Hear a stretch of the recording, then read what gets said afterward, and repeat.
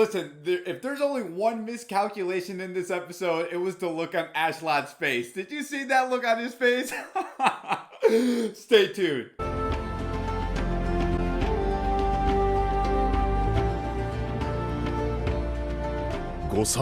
What is going on, guys? My name is DJ Miles, and I'm here to review the latest episode of Vinland Saga. This is episode 23, Miscalculation. And before we begin with this episode, if you can go ahead and like this video and subscribe to my channel for more Vinland Saga down the road. And now let's go ahead and dive into the meat and potatoes of this episode, because boy howdy, how did this penultimate episode stack up? I'm a little bit disappointed, but I think we can all agree that this is the calm before the storm, and it's always the quieter episodes in Vinland Saga that's actually a little bit more tense for me. That informal meeting we saw with King Sweyn and Canute a few episodes back was very reminiscent of the Red Wedding for any of you who have seen Game of Thrones. And this, I thought we were gonna get a 2.0 version of that, but alas, King Sweyn has told me and everyone else watching, no. I see what Askeladd and what you guys are expecting. So let me go ahead and congratulate my son on doing the impossible, defeating England. And now, hey, we've conquered England.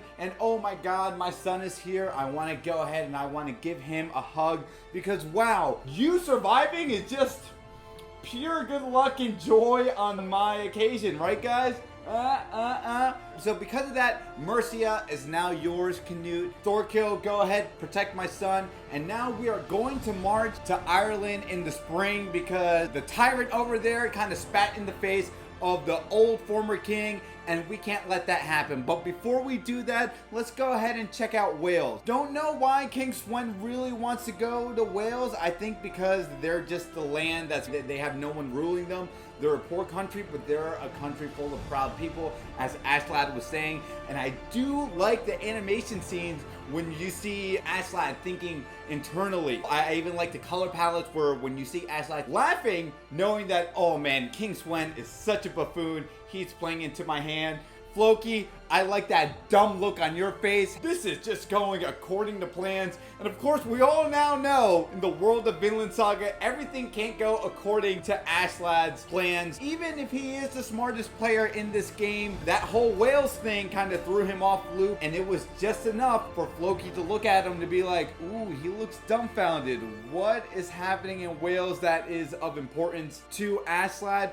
We know that is where his mother comes from. When Floki looked at the king and is like, hey, dude, I think Askeladd has something over there of equal importance. So what is going to happen with that? I don't know, but we see how the episode ends, where they call Askeladd up to the scenes. Son of Olaf, no, not that Olaf. Son of Olaf, get your ass up here. We need to talk to you. And that's how, of course, the episode ends. But how's it going to end? Because we see Askeladd smirking. There's only one thing we can do that we're probably going to nip in the butt. And for people who know how the finale is going to end, I didn't know how the finale was going to end. But of course, the manga readers had to spoil it for me. So people, please be mindful and respectful of the comment sections in this week's episode, because I think we all know how the finale is going to end. But up until then, I think the best parts that shine with me was the internal monologue that Askeladd was having in this episode, thinking 10 steps ahead. And I do like, again, how they even show his brain working, right? Where it's like, okay, if this chess piece isn't going to work, then maybe this chess piece is going to work. But no, it's still going to revolve around Wales being put under fire and the land not coming out on top. So what am I going to do? But now let's actually talk about Thorfinn for a bit, because we see after that ass beating that Askeladd gave Thorfinn last week about growing up and pretty much wasted 11 years of your life being a slave to the game and not really learning about having an opportunistic chance to strike me down. What are you gonna do here? He's really defeated. We see, I do like this quick parallel, if any of you have caught it, where we see Thorfinn looking defeated, and then what's the next shot that they show? A woman who's a slave walking away in chains. And yeah, that's a good metaphor of how Thorfinn has been living his life for 11 years. He's stuck in chains. He feels defeated. His whole life has been a slave to the game, on this quest for vengeance and bloodlust after his father. Again, we've seen it sprinkled throughout the entire show. What does it mean to be a warrior? Stop chasing this revenge, because this is not the life I want you to live. We see Leif having a conversation with Thorfinn where he gives them this analogy of, hey, remember that one story I told you about how I was the last sailor when my food was gone and all my men died? A sailor is always fighting a battle against the sea, and that's a good metaphor that we can all use on our lives, right? I mean, the best moments in your life doesn't come from all the successes in the world. I don't think anyone's growing on a personal level or growing internally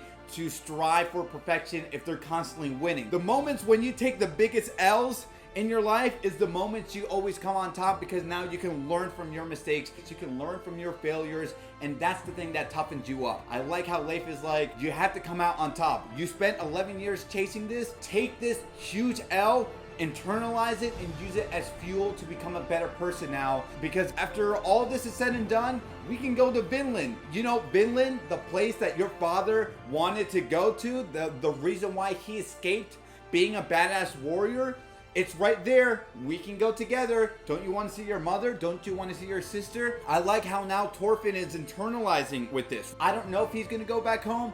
I personally think he should go back home, but would it make for an exciting anime slash manga if, well, he went back home with Leif, never said anything else to Askeladd or Thorfinn or Canute, and happily ever after? No, of course not. So I'm curious to see how he's going to muster and think about. And I would like for him to go back home, or at least see his mother and sister one last time before maybe going back to serving Canute and joining Askeladd and Thorkill and whatever adventures they're going to go off in. But guys, let me know what you think about episode 3 of Vinland Saga Miscalculation. This is the penultimate episode. It was a little bit of a quieter episode, but I think we're going to see things ramp up for the finale. And quickly, I wanted to say, I want to know how many of you guys just watch my channel for the Vinland Saga content, because the last video, oh my god, all of you love me so much. I appreciate the love and you showering me with adoration so much, because you've made my last Vinland Saga video the most watched video on my YouTube channel to date. So thank you guys so much. My name is DJ Miles. Don't forget to like this video, subscribe to my channel for more Vinland Saga content down the road. And as I always say, to be continued, take care.